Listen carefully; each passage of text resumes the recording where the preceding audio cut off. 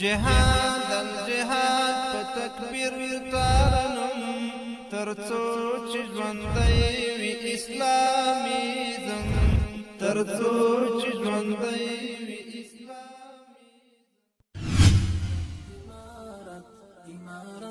د اسلامي امارت قدرمنو مجاهدینو ورونو او درنو اوریدونکو السلام علیکم ورحمت الله وبرکاته. موږ باید څه وکړو چې د جهاد ثمره ضایع نشي؟ امارت مو ژوندی د مینې وفا له ډېرو سترو قربانیو وروسته جهاد تر دې پړاو راورسېد د سولې معرکه له جګړهیزې هغې څخه ډېره خطرناکه ده او د پوهانو په باور خورا حساسه او نازکه مرحله ده، ځکه خدای ناخواسته که لږ غفلت وشي د 40 کلن جهاد ثمره به ضایع او قربانۍ به هدر شي. موږ ډېر ځایونه تجربه کړل چې د خدای د دین دشمنان داسې مواقعو ته آماده ناست وي تر څو له مسلمانانو څخه د هغوی د جهاد ثمره وتروړي، قربانۍ او جهادونه یې په اوبو لاهو کړي. له همدې امله لازمه ده چې له خپلو مجاهدینو ورونو سره د زړه درد په لاندې ټکو کې شریک کړو تر څو ټول خپلو کارونو ته لا زیات متوجه شي. هیله ده چې ملګري ورته د ناصح امین د مشورو په سترګه وګوري او که په منلو ارزي قبول یې کړي. د صفونو اصلاح. د صفونو پر اصلاح ټینګار د طالبانو د تحریک امتیازي ځانګړنه ده. د دې غورځنګ مؤسس امیر المؤمنین مولا محمد عمر مجاهد رحمه الله په خپلو پرامینو کې د صفونو پر اصلاح ډیر تاکید کاوه. د صفونو نه اصلاح یو غورځنګ او نظام د عروج له هسکو د زوال کندو ته راغورځوي. هسې خو د بشر یو کار هم له نیمګړتیاوو خالي نه وي، خو د هلاکت سبب هغه مهال جوړیږي چې د اصلاح لپاره یې هلې ځلې نه کیږي. بناءً که له مشایخو او علماو سره تر مشورې وروسته په ملګرو او مجاهدینو کې راپیدا شوي ټولنیزې نیمګړتیاوې تشخیص او د اصلاح لپاره یې هلې ځلې وشي، په ډیر لنډ وخت کې به د دې سپېڅلي صف د اصلاح په برخه کې د پام وړ پرمختګونو شاهدان واوسو انشاء الله. وحدت او په قیادت باور. په اوسني جهاد کې د اسلامي امارت د بری راز وحدت او د کشرانو مجاهدینو په خپلو مشرانو باور او اعتماد دی. د اشغال د خاتمې له تړون وروسته دشمنانو د اسلامي امارت د وحدت په ګواښلو او په مجاهدینو کې د درس په اچولو تمرکز زیات کړی. همدغه راز په ټولنیزو رسنیو کې د ځینو ناپوهو مخلصانو له لوري بدګمانۍ راپورته کیږي یا وړو تیروتنو ته هوا ورکول کیږي چې دا په خپلو مشرانو باندې د کشرانو مجاهدینو د بدګمانۍ سبب جوړیږي. په سوشل میډیا کې ځینو مخربو کړیو همدې ته کار ویلی. دوی چې څو ځله پخوا هم په امتحان کې ناکام ختلی، اوس د خپلو ناکامیو پټولو لپاره په دې کار لاس پورې کړی تر څو د خپل بام واوري په نورو ورواچوي او په دې توګه یې په سینو کې لمبه وهونکی د حسد او کینې اور یو څه تسکین شي.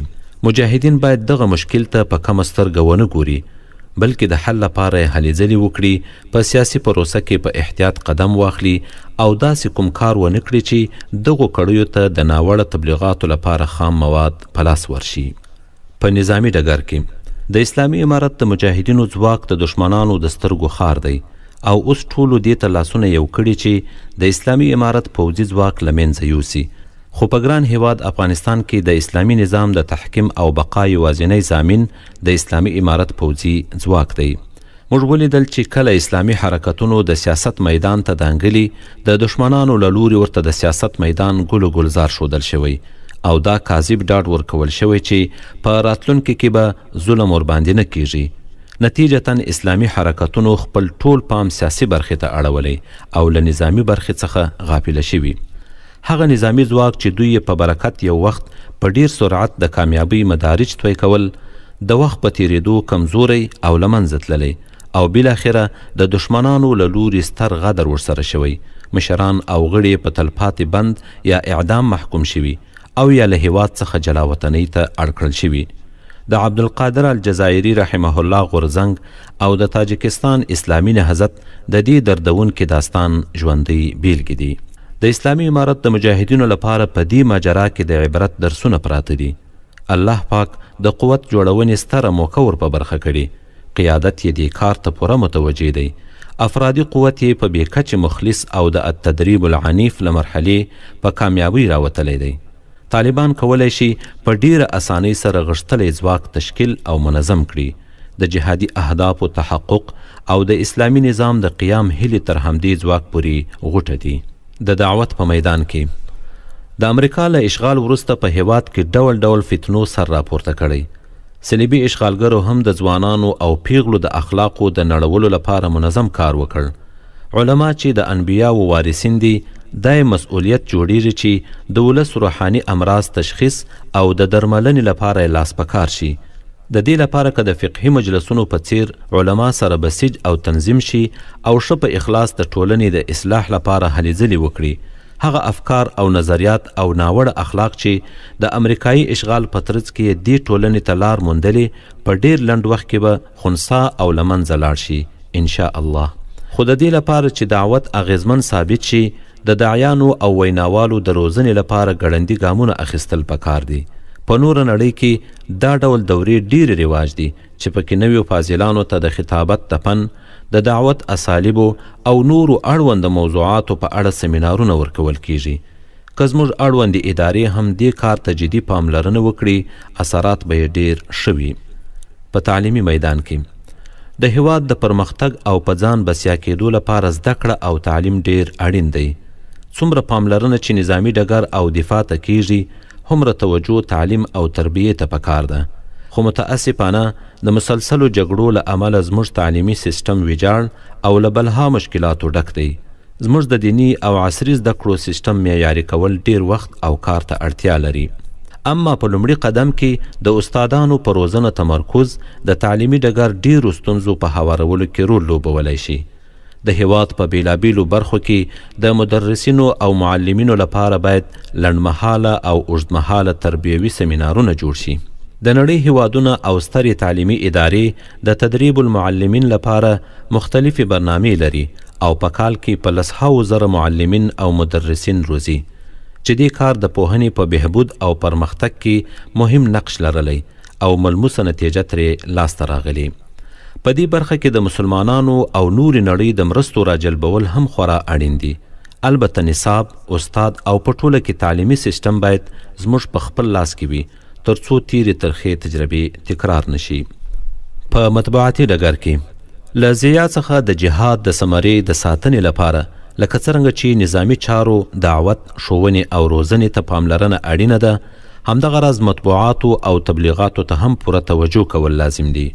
له څه مودې راهیسې دښمن پوچو تبلیغاتو ته کار ویلی، په پوره توان او سپینسترګۍ د اسلامي امارت په قیادت او مقاومت پسې درواغجن تبلیغات کوي.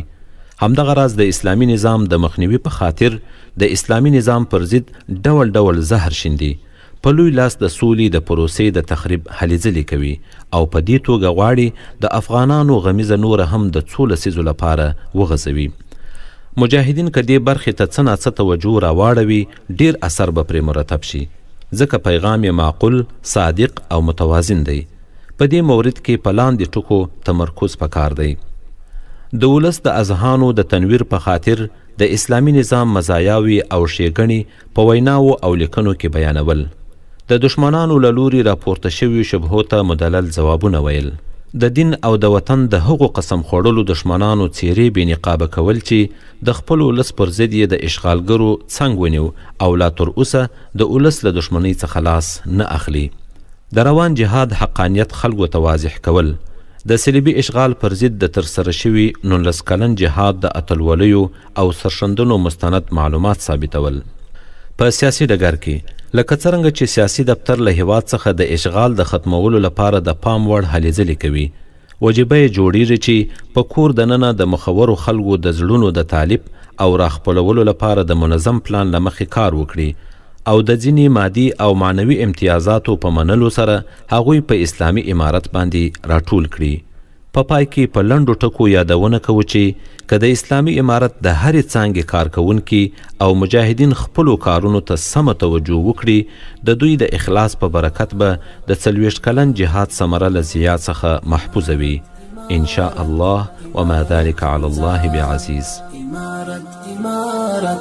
إمارة مجاهد زی سنگر صدا داد مردانوار، جوانان به تکبیر در کار و زار. زی سنگر صدا داد مردانوار، جوانان به تکبیر در کار و زار. مدد خواست و از کردگار منان، امارت امارت امارت مزان. امارت امارت امارت مکور، امارت امارت امارت مزان. امارت امارت امارت مزان. کمر بست شمشیر و داران جنگ، کماندار فریستند به دشمن خدنگ. کمر بست شمشیر و داران جنگ، کماندار فریستند به دشمن خدنگ.